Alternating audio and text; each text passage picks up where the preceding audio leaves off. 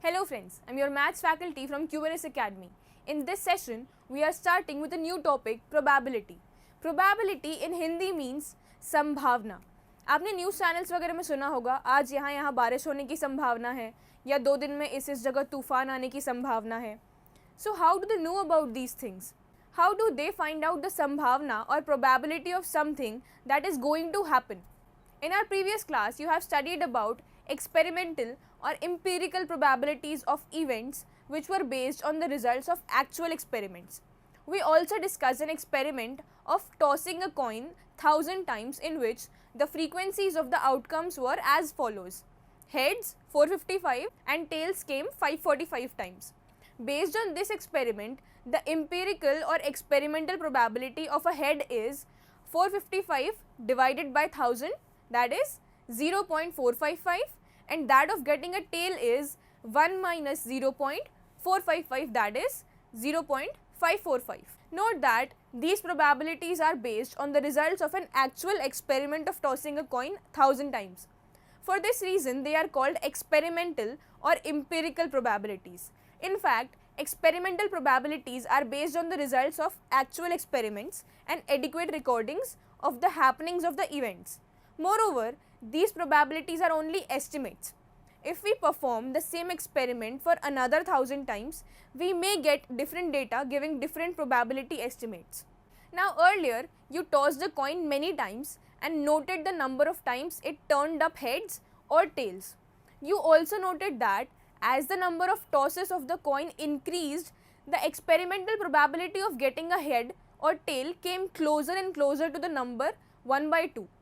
The 18th century French naturalist Comte de Buffon tossed a coin 4040 times and got 2048 heads.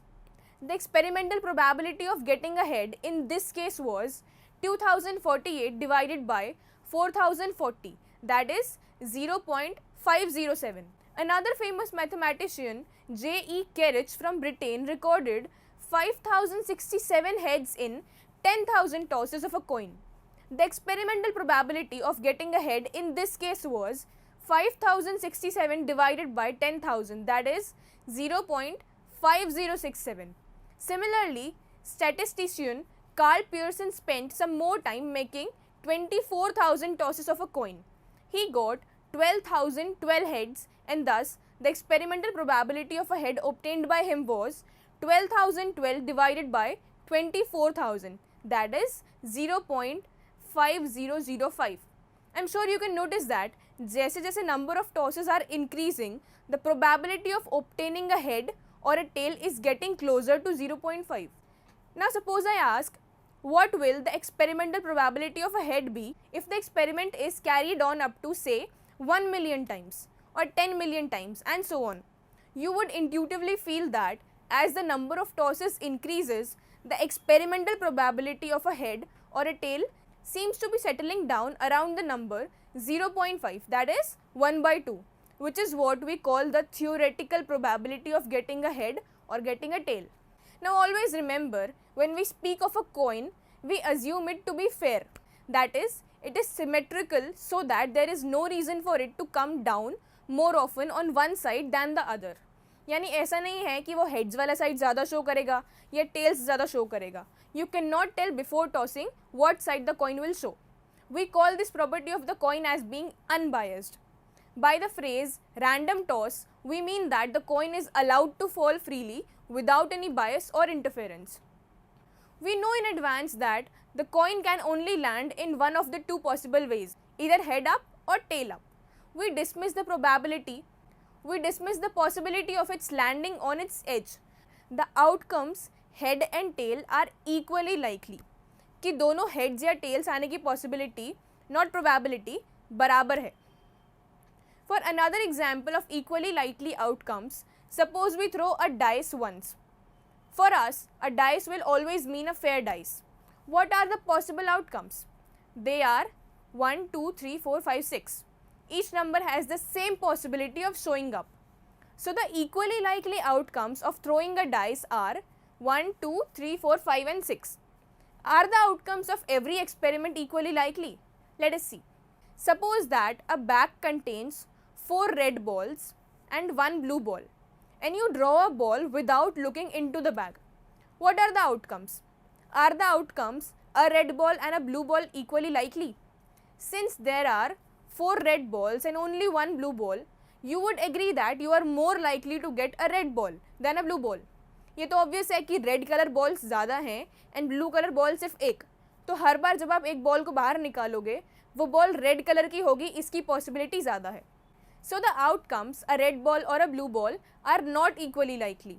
However, the outcome of drawing a ball of any color from the bag is equally likely. So, all experiments do not necessarily have equally likely outcomes. But for now, we will assume that all the experiments have equally likely outcomes. And we will also keep this in mind while solving problems. Now we define the experimental or empirical probability P of E of an event E as P of E equal to number of trials in which the event happened divided by total number of trials. The empirical interpretation of probability can be applied to every event associated with an experiment which can be repeated a large number of times.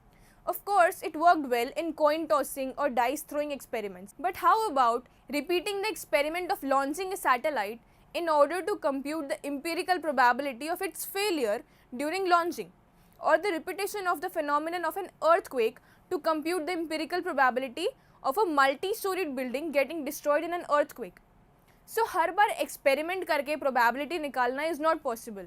So, this is where we need to find the probability. Obviously, अगर किसी region में किसी natural disaster के होने की possibility है and probability of occurrence ज़्यादा है, तो लोगों को time रहते बचाया जा सकता है. Now, I hope you understand the importance of probability. In experiments where we are prepared to make certain assumptions, the repetition of an experiment can be avoided, as the assumptions help in directly calculating the exact or the theoretical probability. The theoretical probability, also called classical probability of an event E, written as P of E, is defined as P of E equal to number of outcomes favorable to E divided by number of all possible outcomes of the experiment, where we assume that the outcomes of the experiment are equally likely. Let us find the probability for some of the events associated with experiments where the equally likely assumption holds. So let's solve a problem. Find the probability of getting a head when a coin is tossed once. Also find the probability of getting a tail. So, in the experiment of tossing a coin once, the number of possible outcomes is 2, H for head and T for tail. Let E be the event getting a head. Let E be the event getting a head. The number of outcomes favorable to E, that is of getting a head, is 1. Therefore, P of E, that is P of head, is equal to number of outcomes favorable to E divided by number of all possible outcomes, that is 1 by 2. Similarly, if F is the event getting a tail, then P of F will be P of tail, that is 1 by 2. So this is it for this session. We learnt why probability is important, how to find it, what does equally likely mean, etc. I hope you had fun learning. For any queries information, you may visit the link following the video. Thank you.